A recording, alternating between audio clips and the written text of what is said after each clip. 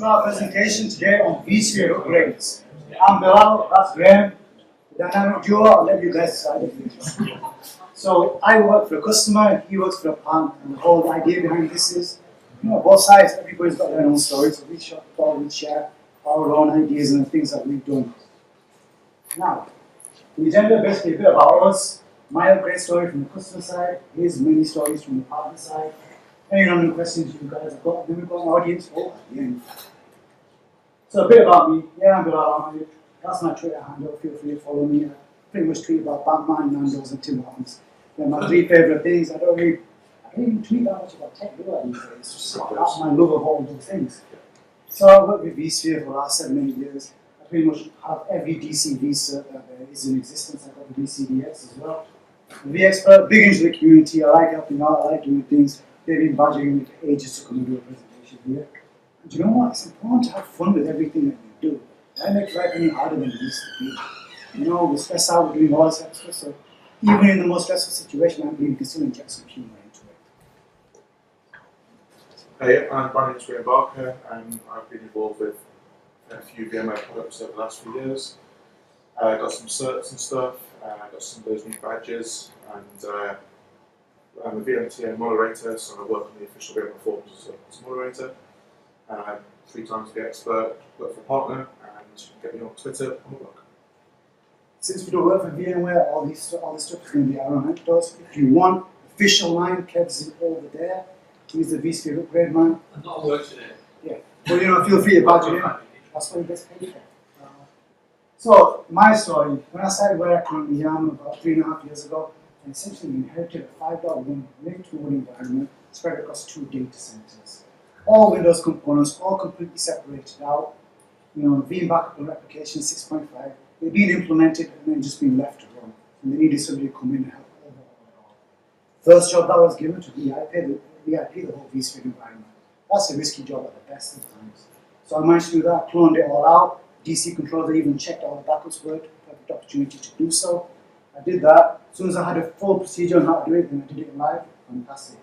Then I had to upgrade away from 5.1 because it was going end of life. And what I ended up with, based on the constraints I already had and inherited, Windows, SSO, Windows, Web Client, Windows, vCenter, Windows, SQL, Enterprise 2008, vSphere application appliances, SRM, and V version 8. So that was based on what they already had, and I had a very fixed timeline, so I couldn't really re-engineer it that way. I did try to go from 5.1 to 6.0 U1, but I had so many issues, and eventually VMware support conceded that I'd come across a known bug, and there was no ETA and fix, I just recommended going to 5.5. Luckily, all the hard work that I did initially helped me migrate to 5.5 with pretty much ease. Did no business downtime or anything like that. So then it came 5.5 is going into life. U3B for a while. Getting the chance to, change things, I always came across roadblocks. Why have you got that role in there? Why have you got the user in there? Oh, we don't know. Can I move it? No. So, I thought, this is the perfect time, maybe it's worthwhile to, I sit down, talk to the business. The requirements have changed over the 3 years. Let's look at what we can do differently. Now, if you chat to the official VMware guy, they're going to say, why are you going to upgrade Windows? But you know what? If you've got a requirement and you stuck that way, it's a perfectly acceptable deployment method and upgrade method to do. I could migrate to the VCSA. I could do a fresh side-by-side deployment. But I had SRM in there as well, so if I go to 6.5, I have to ditch SRM. Or I can go to 6 and then to 6.5, while upgrading SRM along the way. And then Veeam as well, if you go the side-by-side deployment, Veeam, as we know, backs up using the VMID and vCenter. So if you go to a new vCenter, Veeam is going to consider an all brand new VM, so we're going to get double the storage for this usage as well. Now, the reason behind this presentation was I lost a bet with Graham. We chatted about this back in the day, and he says, I guarantee you're going to go with a fresh side-by-side deployment. I said, no, I can do the whole VCSA upgrade, migration, should be good. But as it turned out, as I delved into it more and more, I realized putting a fresh side-by-side deployment was the way to go, especially when I noticed I probably had some SSL issues along the way. But bad decisions that have gone on over the years, it's time, cut fresh, requirements have changed. Let's do it fresh, let's keep it clean. Just like Alpha said. So now look, I can ditch the various logins, all the old rules, all the stuff that people didn't really want to touch and were too scared to touch. I can simplify things. This is all based on 6.5 U1. So bye-bye to link mode, there was no requirement for it. Nice to have. That's all the business told me. I said, that's the result. Ditch it. You've got 2 vCenters, 2 sites. I really disagree with having remote. And you're using AD, which is the same domain across sites anyway, for all the authentication purposes, so you don't need it. Bye-bye external PSC result. People sometimes don't realize that having external PSC, you have to be very conscientious about how you back up and restore that. Because if you restore it outside of the correct way of doing it, you could end up corrupting your SSO domain. Reduce licensing, I go to the VCSA, fresh deployment, all the Windows stuff ditches away. That was a win for the management as well. I got buy-in on that very easily. Now the VCSA is easy to patch. Not gone are the days you have to patch the Windows server and do all that kind of crap. As it is, because I have SRM in there, part of the requirements for the business to allow me to do this was to create an interim DNAP line. So that was simple enough to do, array-based replication, bucket and look, given fully documented procedures, even though the call would be quite short, I still wanted it, which is completely fine. I could bring it all up side by side, test it all at my own leisure, no impact to the current business, and then when I was happy, I could do a cut over.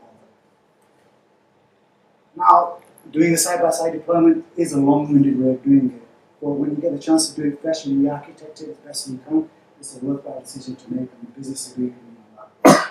But as you can see, I had loads of scripts that you could do, not create scripts off the internet. I asked people to help me out with the scripts and the VXPlus Slacks and stuff like that. They're all on my website as well, so you're more than welcome to upload in 2010. VDS is a vCenter construct, so if you migrate from one vCenter to another, you can back up and restore it. You've got to be careful, so I had to migrate everything to a standard switch, migrate the VMs across there, and then I could swing the hosts across. Then I had to migrate all the vSphere tags, the DIS rules, all the switches, even the customization scripts, which I initially forgot. Then I had to apply everything back again. Now, some people fully automate all this stages, so the business knew exactly what point I was at any given time, and then it made rollback a lot easier as well, if I had any issues. Now, Veeam provide you with a script. They don't support it, but what they do is you run it on your Veeam server, and it correlates between the two vCenters and finds the VM names and adjusts the IDs within the database to correlate. So a few of them it couldn't do, but it did about 90% of them, so I had a slight uptake in space for about 7 days as the retention periods kicked over. After that, it was fine. And then I had to redeploy SLM and vSphere replication in there as well. So it took quite a long way to do it because I had to do it side by side, and I had to do it while working on my normal day-to-day tasks as well. But it meant I controlled the destiny of it. The business was in full control and could see exactly what they were doing. This is essentially what I ended up with in the end. VCSA, 2 vSphere replication appliances, SLM on 2016 fully patched, 1 standard database, that's it. So license reduced massively, and Veeam upgraded to version 9. Nice, simple, clean deployment, all fully documented. Everything works exactly as it should. So if you take me out of the equation, they have full trust that it's going to work as they want to. And patching simple now. Gone are the days when you could patch every 6 months. Now they can patch the VCSA whenever they want. Patching the hosts is a lot easier too. And that's pretty much my story in a nutshell.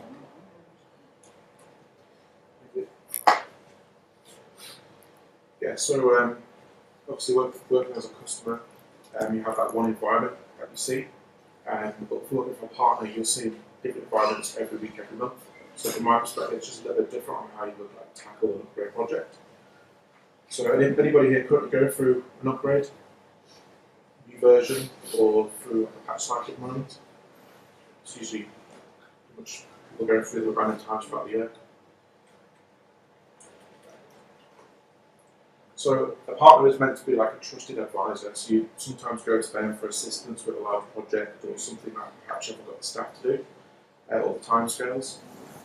So you come and speak to a partner and they can help you out with various bits and pieces. But being a trusted advisor means that you've got to ensure the customer remains on support versions. It's pretty straightforward stuff. You've got to make sure they keep compliant. And you've got to enable value for money from the licensing investment. So licensing is never cheap, no matter what the product is. So you need to make sure they get good return on investment from that. And then also granted access to the latest features which will help the business. So upgrading for the sake of upgrading isn't really useful.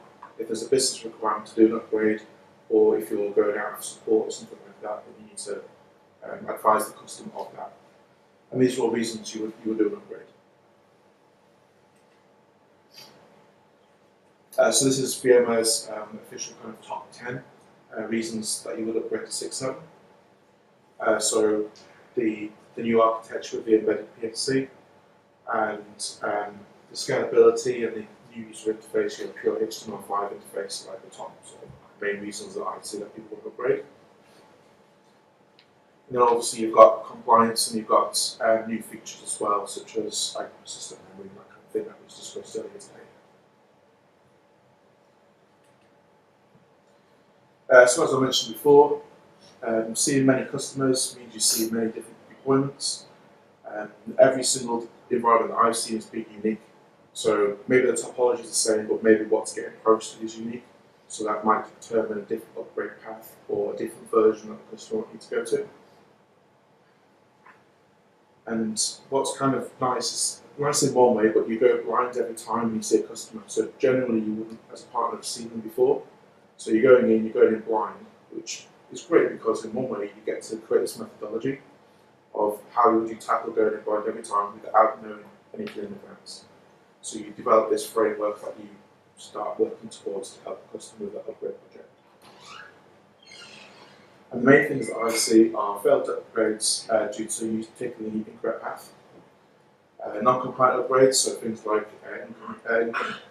topologies that are incompatible, and then seeing hardware put screens of death or other hardware-related issues because the hardware compatibility list hasn't been adhered to, or customers are trying to run latest versions of software on hardware that doesn't support it.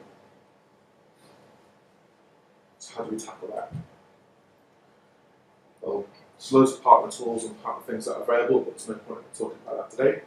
So I've gone for the top 3 tools that I like to use, which are custom available, free for anybody to have a look at. So for the incorrect upgrade path, one of the reasons I see failed upgrades, how can we stop this? How can we educate ourselves and our team to make sure we prevent this from happening? Well, there is an upgrade path matrix for all, pretty much every VMware product available freely online. And we've got a little video here of that running, so I'm just trying to get to go. URL will be available in the slides. You go to the matrix, you choose your product, and then you can see the version on the left that you're on, and at the top, the version that you want to go to, and it'll tell you whether or not you can do that. So initially you'll know whether it's possible or not. So with this, I think this is like a 6.5 update 1 to 7 or something. That's for vSphere to server. And then for Site Recovery Manager, for another product, again, you can see what you can and can't do. So before you even start a project, you know it's possible. You can export this out to CSV and stuff to put in your change request to prove that it's a valid upgrade path. It's pretty useful. So next thing, non-compliant upgrades. So using topologies that are not supported or even work in some cases. Sometimes things do work but aren't supported and fail in the future. Again, there's useful tools to help us prevent this from happening. The vSphere Central is a really useful tool for looking at any vSphere related topics, so not just the install configuration but also the upgrade as well.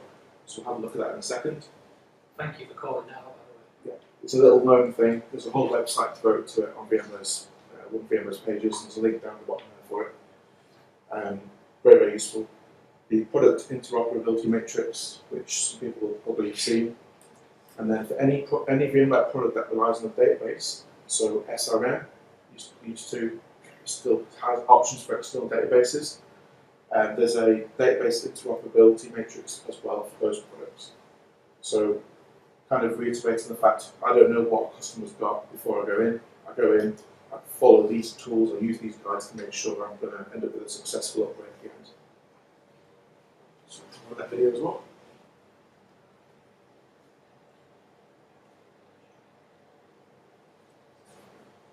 So this is vSphere Central.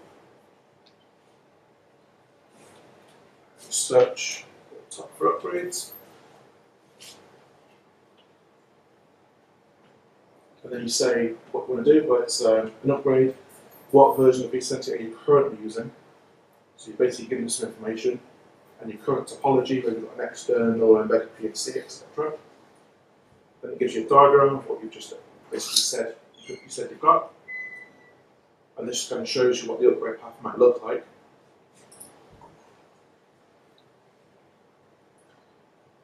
And then you say, where do you want to end up? So it gives you the options. Give it some more information like I'm going to use vCenter high availability. And then it tells you exactly what you've got to do.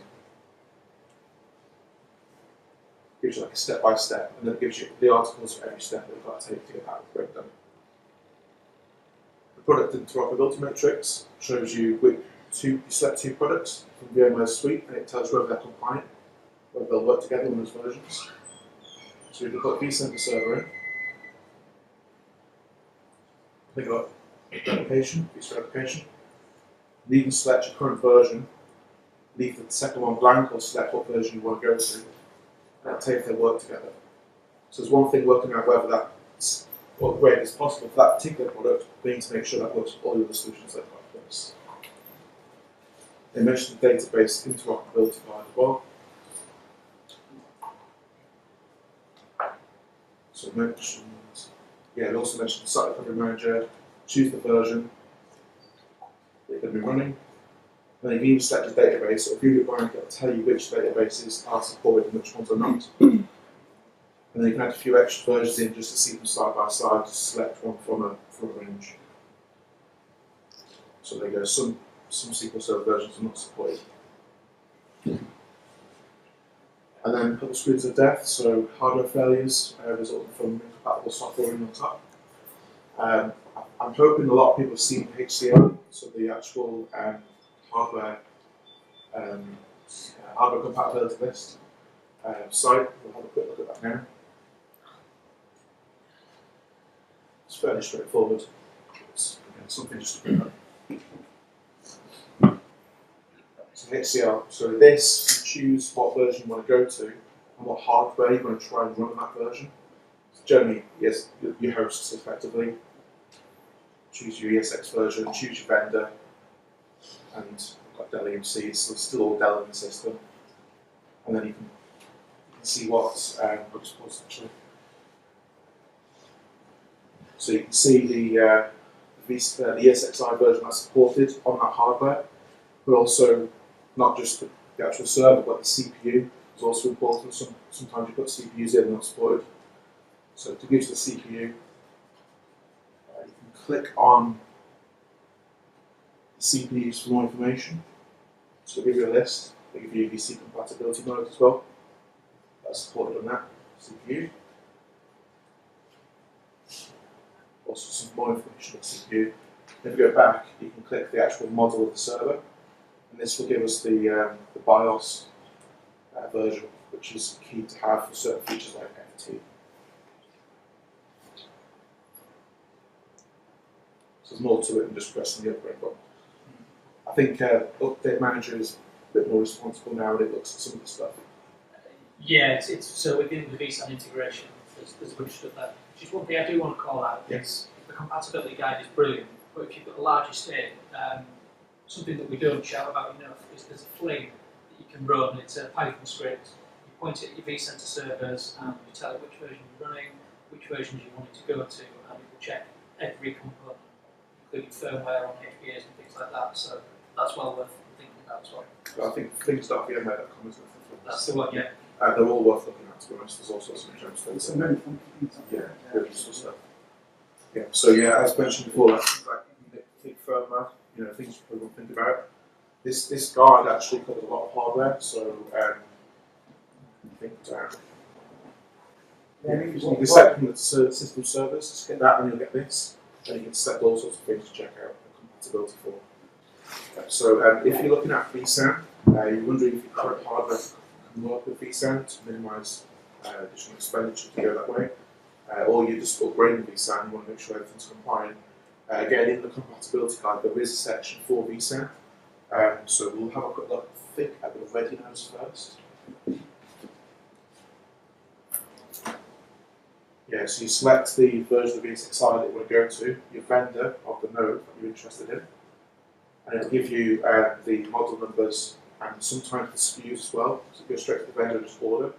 The vendor knows that fully compliant already on that version, so there's no legwork to do on hardware compatibility. So that's the complexity with vSphere. It's very tied in so heavily to the HCL. You've got to make sure that you do it yourself, you match it 100%.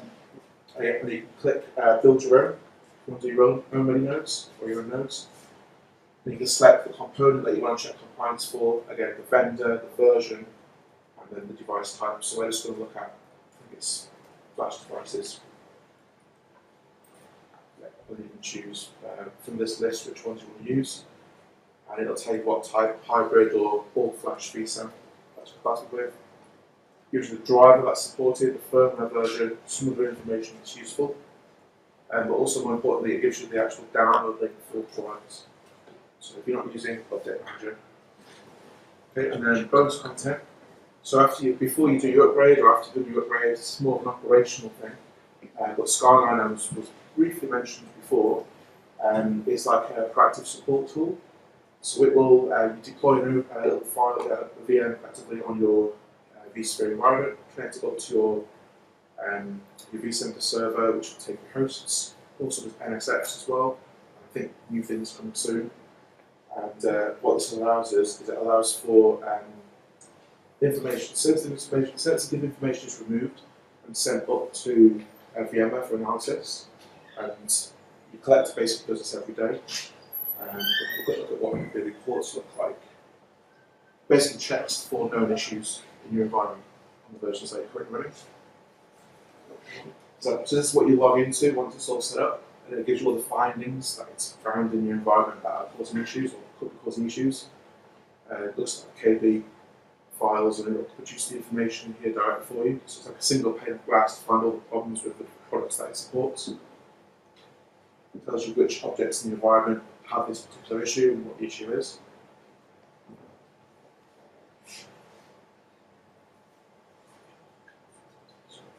Ones you've probably seen before. And what's really handy here is when it finds these problems, you can open an SR with GSS as you normally would if you wanted to get someone else to have a look at it, and you can get your logs. So it'll take your logs and it can assign them to the SR for you, but you have to tell it which SR to assign them to. So in here, this is like the inventory, and you can choose which objects you want to get the logs for.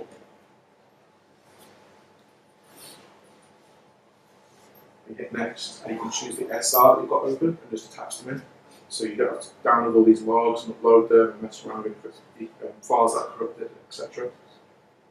And you can send them on and initiate them. And the owner of the SR gets a notification that the logs have been made available. And then it tells you whether they've got there or not, or whether they're still going. So that's pretty useful stuff. So that's basically just an improved support system appliance when you guys ever use that. It wasn't particularly popular, but we just revamped that. It did more proactive as well. Yeah, most like hardware vendors have like a call home feature, and that's what I see it as. It's like the start of a nice on call feature for a call home feature for software instead. Oh, that's it. Fantastic. Thank you very much.